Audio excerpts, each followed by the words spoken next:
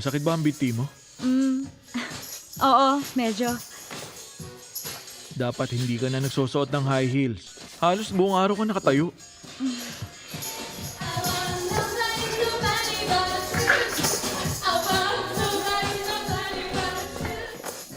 Dojin Ibo, bakit ang tamlay mo naman? Welcome party mo kaya to. Heto, uminom ka. Salamat po pero hindi ako umiinom. Late na po. Umuwi na po siguro tayo. Ano ba pinagsasabi mo dyan? Nagsisimula pa nga lang tayo. Kumanta ka kaya? Hindi po ako. Dojin Woo! Dojin Woo! Dojin Woo! Dojin Woo! Dojin Ano ba naman yan? Ang ingay-ingay nyo ah! O ikaw, sa tingin mo ba ikaw ang may-ari ng lugar na to? Kung makaarte ka, para kang babae. Kailan ba ang gustong magsaya? Hindi kami makainom ng maayos dito dahil sa ingay nyo ah! Ay, ito pala yun. Hoy, Jinwoo, wag. Jinwoo, dito ka lang. Sandali lang po. Oh, may tapang-tapangan ah. Akala ko puro babae lang ang nandito. May lalaki rin pala. Bakit? Nahihiya ka? Panay tago mo lang sa likod ng mga babaeng yan ah. Ang kulit eh.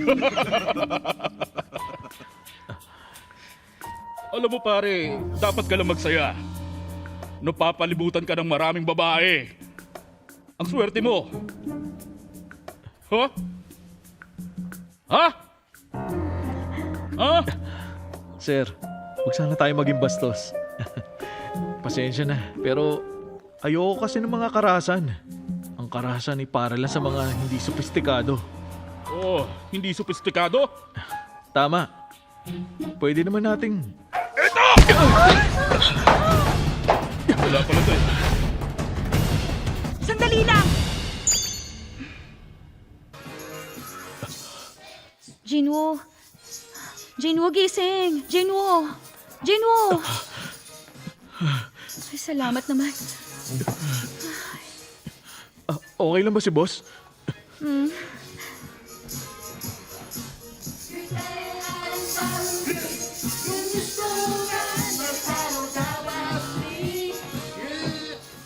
Diba, sabi ko sa'yo maligalig at mababait lahat ng nasa shop.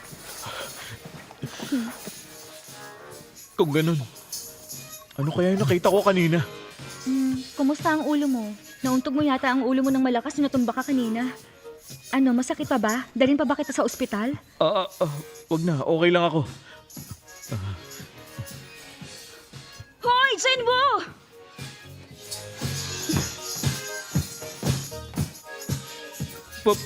Para saan yun? Ginagawa niya yan pag lasing siya. Huwag kang mag-alala. Ano?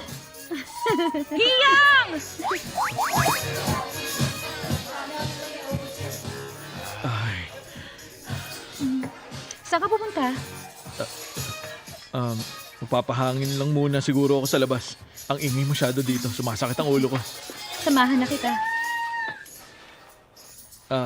Sige. Tara. Mas maganda pala dito sa labas. O ano, kumusta na ulo mo? Okay ka na ba? Oo, medyo. Sa tingin ko, ikaw yung tipo ng lalaking hindi masyado umiinom. Ay, mabaho kasi. At hindi maganda sa kalusugan. Hindi ko maintindihan kung bakit umiinom ang tao. Sayang ang pera. Nagmumukha ka tuloy na sobrang conscious ka sa health mo. Ang bata mo pa naman. Oh! Hala, may duyan! Jinwoo, halika! Wow! Ang sarap sa pakiramdam! Ikaw, Jinwoo, marunong ka ba magduyan? Siyempre naman. Gusto mo bang magduyan? Kaya ko magduyan kahit nakatayo. Sige, ako naman.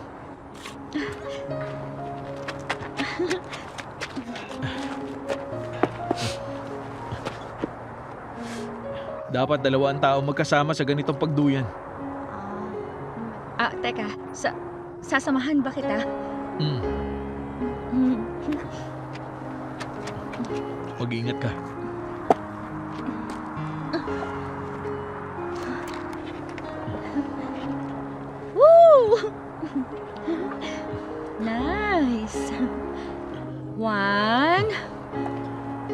2, 3. Ang galing mo ah.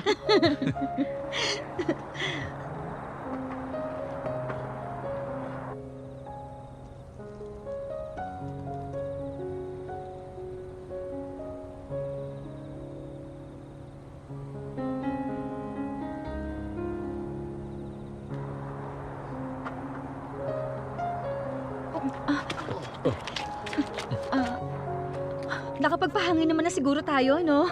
Bumalik na tayo. Baka hinahanap na nila tayo doon. Bilisan mo, ha?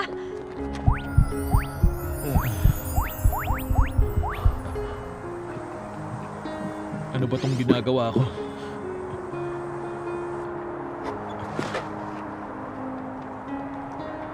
Ay, pagkakataon ko na sana yun.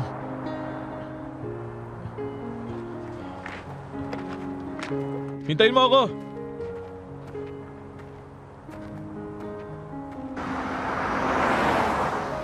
Ito na po. Ma'am, heto na pong lahat. Dahan-dahan lang. Salamat. Salamat po. Oh, Balik sige. po kayo, ma'am. Paalam.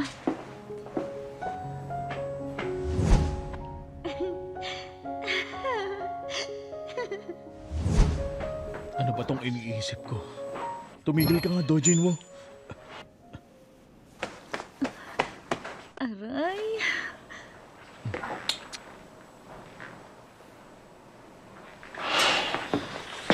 Sandali. Busy ka ba? Hindi naman. Bakit? Hey, Sok. Pwede bang dito ka muna? Teka. Saan tayo pupunta?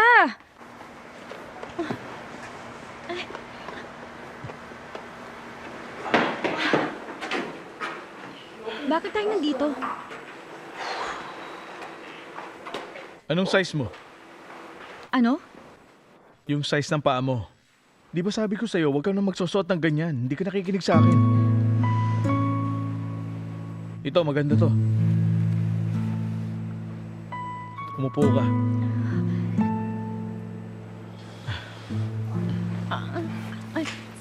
Okay lang ako.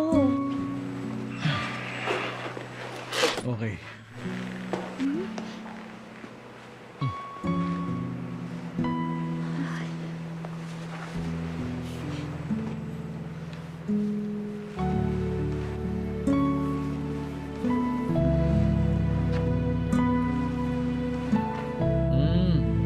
Pwede na. Magkano ito? Bakit ka magbabayad para dito? Ako na magbabayad. Ay. Isang paggalang ng babae ang pagtanggap ng regalo mula sa isang lalaki. Sisiguraduhin ko makakabawi ka sa akin, kaya huwag ka mag-alala.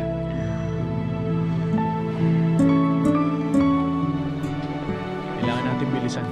Baka hinahanap na nila tayo. Oo nga. Yun sa'yo? Bakit ka nandito sa oras na to? Nandito lang ako sa area for business. At naisip ko baka pwede tayong magkape.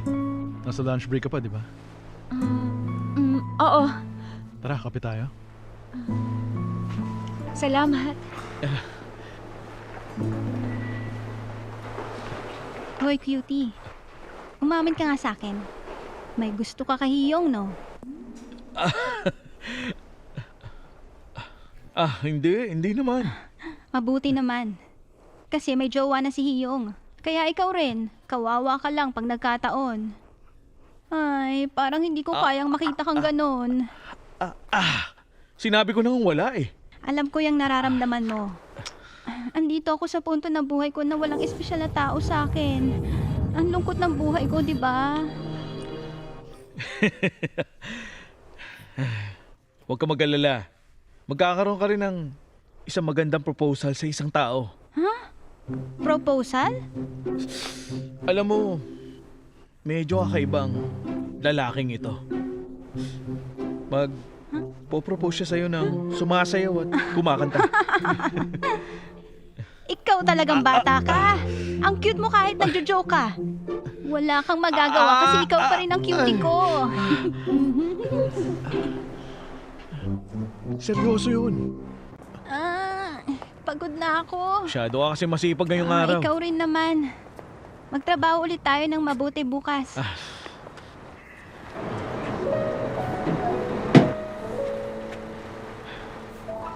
Bukas na lang ulit. Bukas na lang ulit.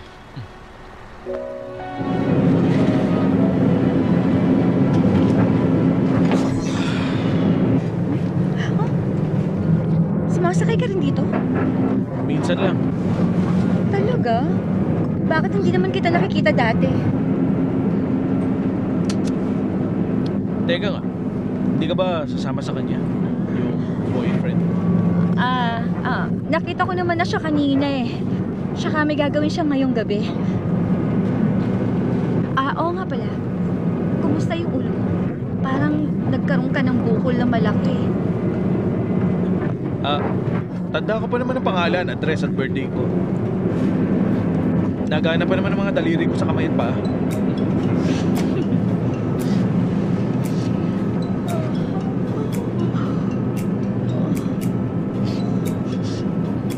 Pagod ka na ba? Oo, medyo.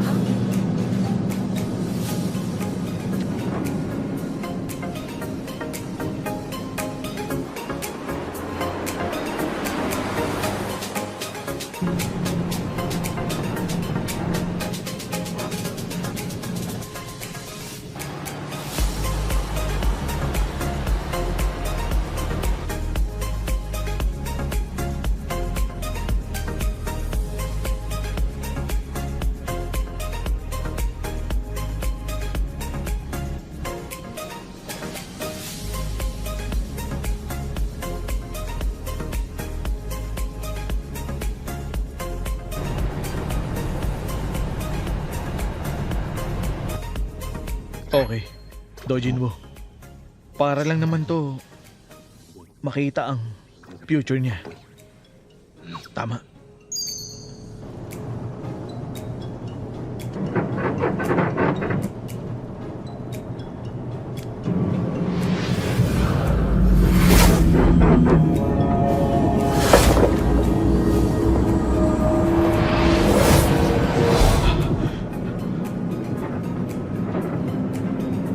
May tao sa lugar ng aksidente.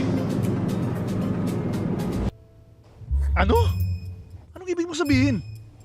Tingin mo may gustong manakit sa anghel ko? Kaso, hindi ko alam kung intensyon niya ba talaga o aksidente lang. Pero sigurado ako may tao sa lugar ng aksidente na yun. Hoy, bakit mo siya iniwan? Ano? Dapat sinundan mo siya sa bahay niya. Paano kung yung hagdang nakita mo ay yung nasa tapat pala ng bahay ng anghel ko? Ay, kahit na. Paano ko naman siya susundan sa bahay niya? Baka isipin niya weirdo ako. Ano naman kung isipin niyang weirdo ka? Baka mamatay pa ang anghel ko! Basta, hindi pa to yung oras. Parang madilim nun. Pero sobrang dilim tulad ngayon. Baka mga alas 5, alas 6 ng gabi. Hoy! Para sa naman yun? Baka dahil lang yun sa ilaw, kaya ganun ang itsura, ha? Di mo naman tinig ng relos mo. Hindi. Tama ng palusot, At susundan mo siya hanggang bahay niya bukas. Di mo man magawa ng 24 oras. Basta lagi mo siyang babantayan. Lalo na pag nasa labas siya. Naintindihan mo? Uy! Bakit mo itatago? Ang pinaka-basic na prinsipyo sa economy ng credit ay ang deferred payment. Pag naligtas mo ng anghel ko, makukuha mo tong drone. Ha? Uy! Hindi tama yan! Yung girl! Napakakuripot talaga. Grabe ka. Ay.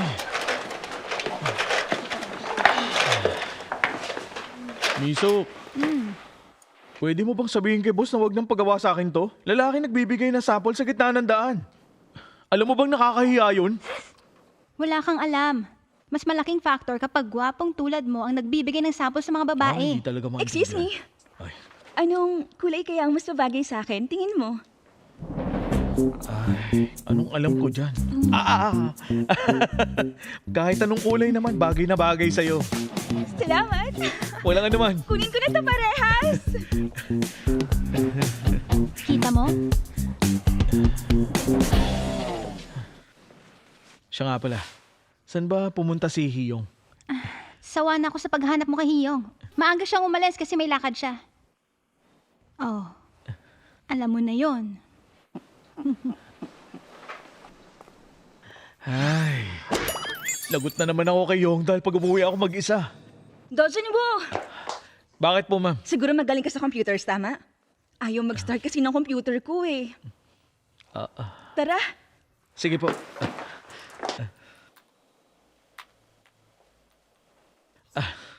Ano lang po ito? kailangan ko na ba ng bagong computer? Hindi naman po. Hindi naman siya ganun kalala, pero mukhang matatagalan siya. Bakit di kaya magkape muna tayo? Talaga? Okay lang kung di mo kaya ayusin. Hindi po. Kahit mahirap pong ayusin, gagawin ko pong lahat ng makakaya ko para maayos. Sige, maraming salamat ha. Wala po yun. Gusto mo ba bilhan kita ng inumin? Wag na po. Magkita na lang po tayo mamaya.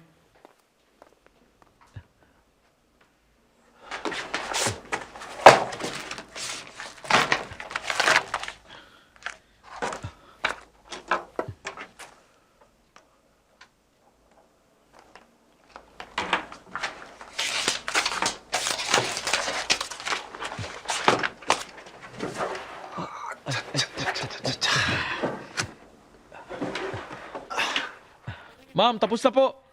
Talaga? Ang bilis mo naman.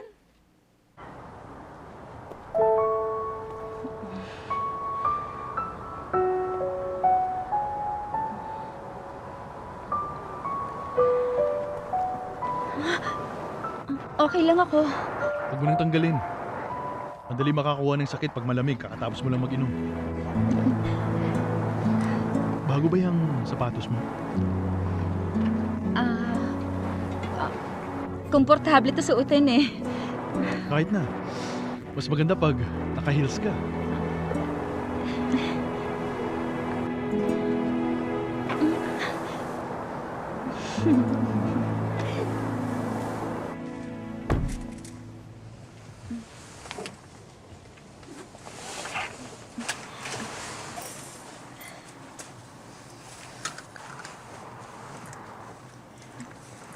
Okay ka lang? Halos mag-isa mong naubos yung wine kanina. Eh paano? Hindi ka naman kasi umiinom. Sayang lang. Yun sa'yo. Ano nangyari sa plano mong mag-ibang bansa ka para sa negosyo? 90% pa rin posibleng mangyari. Magandang opportunity talaga to. Pag maganda nangyari, baka makapasok rin kami sa Chinese market. Mukhang matatagalan pa pala. May gusto sana akong tanungin. May gusto ka bang sabihin sa akin? Well...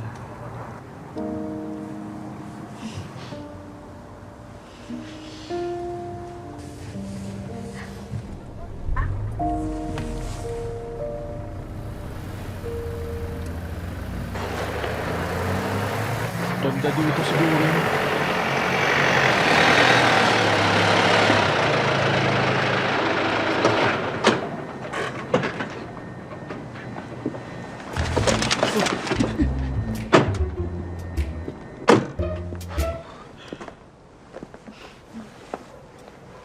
Salamat.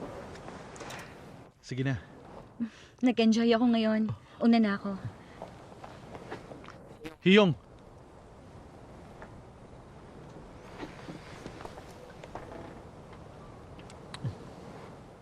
Mahal kita. Ingat ka sa pagmamaneho.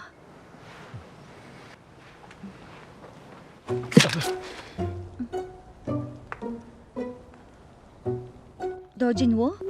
Ay, buwisit naman. Jinwo?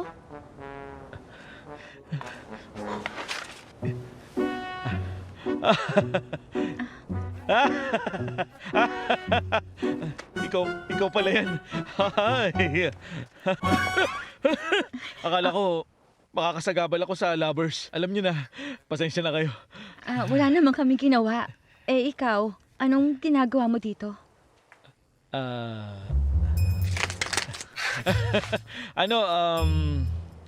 Nag-exercise lang ako.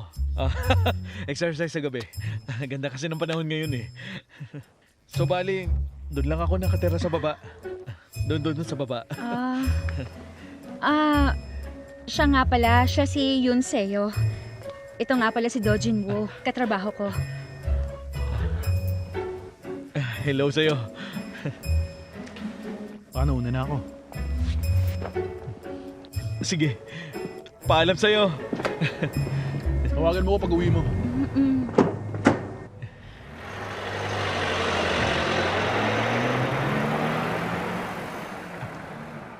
Ang ganda ng kotse niya.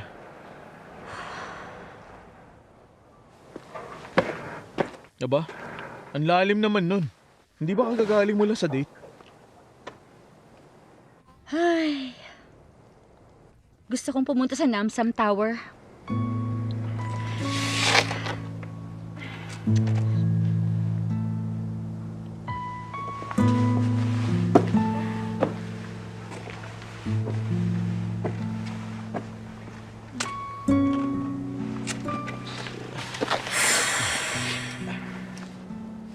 Uminom ba kayong dalawa? Alam mo, bata pa lang ako. Sobrang romantic na ang tingin ko sa Namsan Tower. Alam mo yung pinagkakabitan na magkarelasyon, yung mga padlocks doon na nakasabit lang. Mula ron, kapag nakikita kong nakabukas ang ilaw ng Namsan Tower, gusto kong alokin ako ng kasal. Magpakasal. At magkaroon ako ng pamilya ko. Yun ang pangarap ko. Pero mukhang hindi yun ang gusto niya para sa amin. Kahit sinusubukan kong pag-usapan, iniiwasan niya lang yun palagi.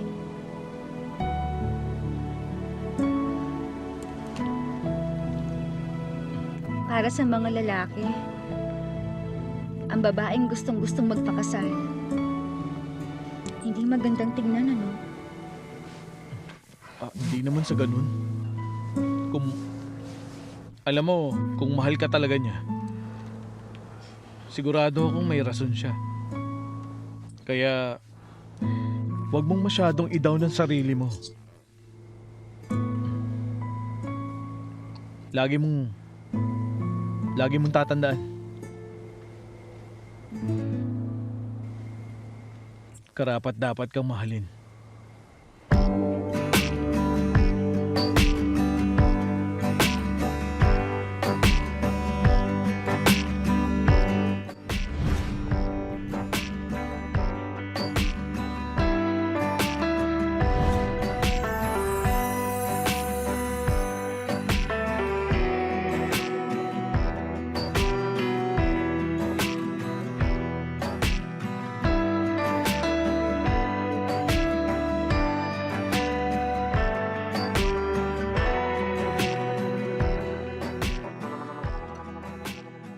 Meron ka bang kilalang nagtatanim ng galit kay Hiyang? Hindi ba matagal na kayo magkakilala? Hindi, wala yun. Nasaan ka ba, Hiyong? Nasa eksaktong lugar ka nga. Bumaba ka dyan ngayon na. Dali!